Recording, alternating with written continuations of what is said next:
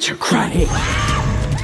Can't keep calm because it's almost Halloween, and guess what? There's a deluge of horror movies being released, helping us tap right into the spooky chill in the air. Brian Bertino, who's known for setting up an eerie atmosphere and taking viewers on an unnerving roller coaster, has also joined the fright race and given us both a trick and a treat of a film, Vicious, with Dakota Fanning as its lead. A woman in her late 30s, home alone, is both haunted and hunted by the arrival of an unexpected visitor, and soon her life comes crashing down. Vicious will pull you down a rabbit hole about sacrifice, self-loathing, and survival. Mixed with Bertino's amazing camera play and visual storytelling, it's a claustrophobic journey you wouldn't want to escape from. Get ready, because we're about to uncover what actually happens in this chilling tale and try to make better sense of the otherwise muddled climax. Heads up, there will be some major spoilers ahead. Before we go into our explanation, we have a very small request. If you like our content, please support us by subscribing to our channel. This is a small click for you, but for us it means a lot. Thank you. Let's begin. Take it, please! Please! How does it start?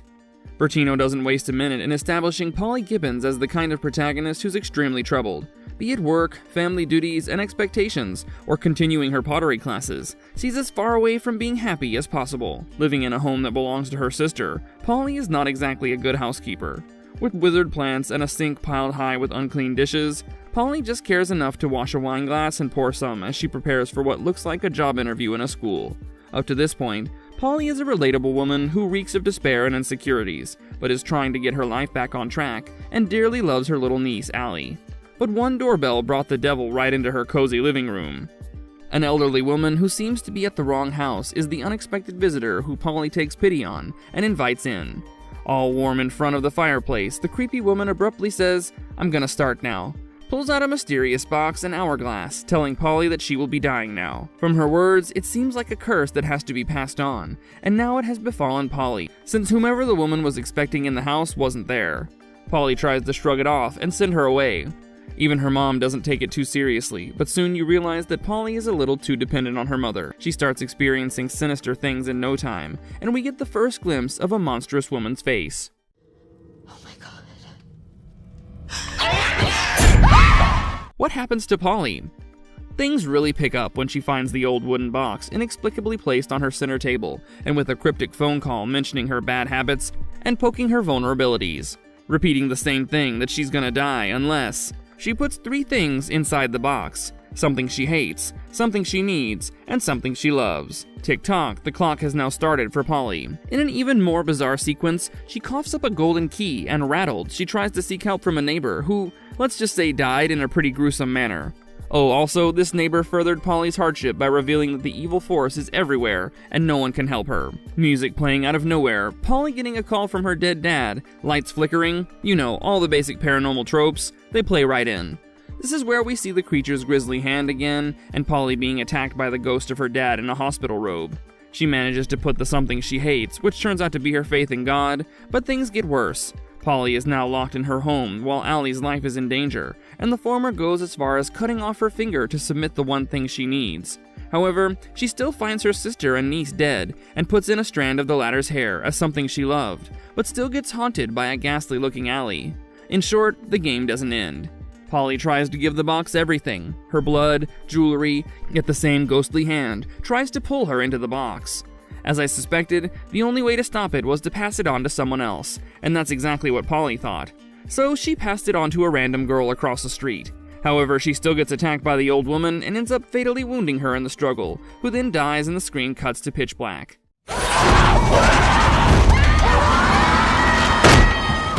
What does the ending actually mean?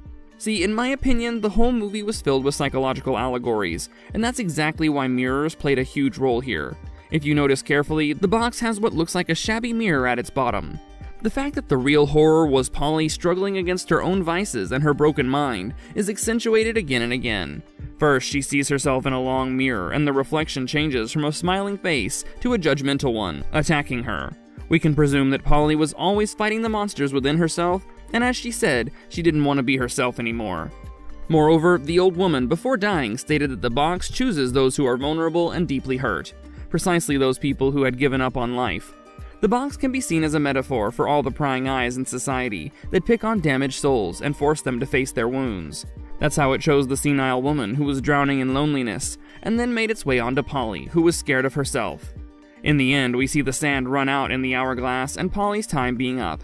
However, the next morning, we can see Polly all hale and hearty, and everyone that she saw dying is alive, including her sister, niece, and neighbor. Now, this could mean two things. One, Polly has mastered her fears and accepted herself with all the flaws, and she still lights a cigarette and made it out alive in the end. All of the misadventure was a psychological ordeal, and her brain played the worst Halloween trick on her. The other thing might be that Polly gave in and killed herself to make it stop and is actually dead. The world she sees is a reflection of life after death, a realm where everyone is happy and lives together peacefully, having acknowledged the uniqueness, both good and bad, in each individual. This would make the movie a brilliant commentary on social horror and how unaddressed depression and severe self-hate can push one into the grave. However, there can be yet another take on the movie's climax, and this one is a bit more mystical. Right before the curtain drops, we can see the random teenage girl whom Polly passed the box onto sitting in her room with her parents' dead bodies and a bloody hand. Now, from what we saw of this girl, her state of mind was not made clear, but still the box chose her. That would make it a real evil thing that just waits for anyone having an overly kind bone in their body and being naive enough to let a stranger in. If we're to believe this, then the box has some devilish power, and as famous otherworldly explanations go, the demon always looks for the sympathetic and weak souls to possess and control them.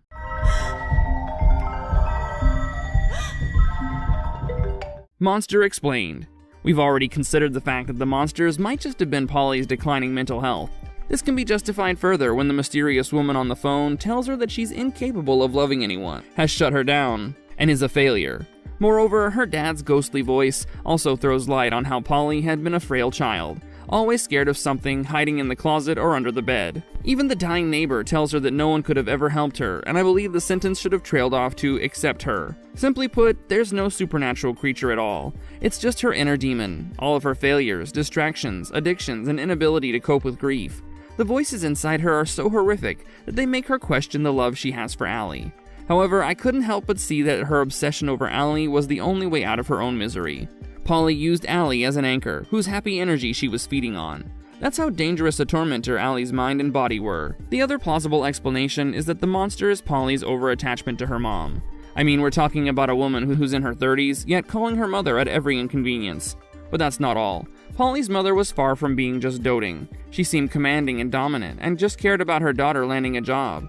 She was treating Polly in a manner as if she were a kid who got scared after watching a horror flick. She's fixated on what Polly would wear on her interview, or whether she's lighting up a smoke. Interestingly, we can see the ghoulish face of the woman. Polly tells her mother that she could hear her voice and smell her perfume. This actually makes a lot more sense when you start seeing their relationship through a lens of control.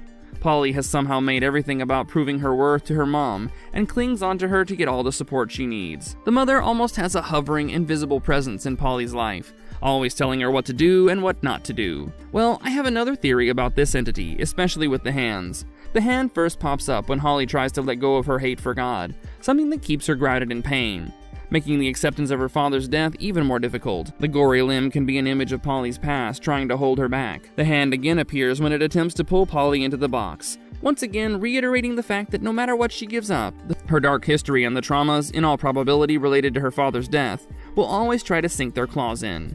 Sadly, this is damn relatable. No matter how much we try to get over the bad days and let bygones be bygones, somehow the shadows of yesteryear try to follow us everywhere. The last implication of these phantoms can be that they are actually ghostly spirits. When the old woman first came in, she kept on saying that she knew someone who lived here, and as it so happened, she wasn't talking about Lane, Polly's sister.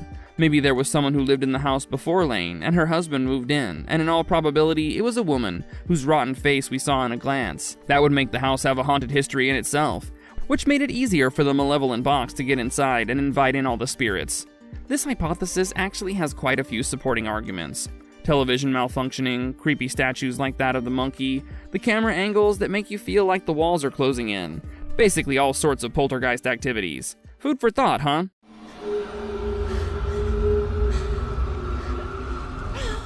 Marvelous verdict. Okay, that was one hell of a ride. My adrenaline levels surely shot through the roof while watching this movie. Vicious is not just about demons and churches and exorcisms. It is a deeply layered movie that will make your skin crawl. The sense of impending doom is actually indescribable. You know it's not going to end well, yet you find yourself giving in to the uneasiness. Sure, you can look at Vicious from a completely supernatural perspective and be done with it, but God forbid you start seeing through the scares. Trust me, the underlying body horror and self-deprecative messages would make your heart skip a beat. Unfortunately, most of us have been in Polly's position with our lives being a mess at one point or another, and that's exactly where Vicious nudges. It holds a mirror for all of us to look at ourselves and figure out if we've been vicious to our own selves. And that, my friends, is the real dread. That's all for today. I'll see you in the next one. Do drop your thoughts about the movie in the comments below. If you liked our content, don't forget to leave a like and subscribe to us if you haven't already. Have a good one and be safe. Thanks, everyone.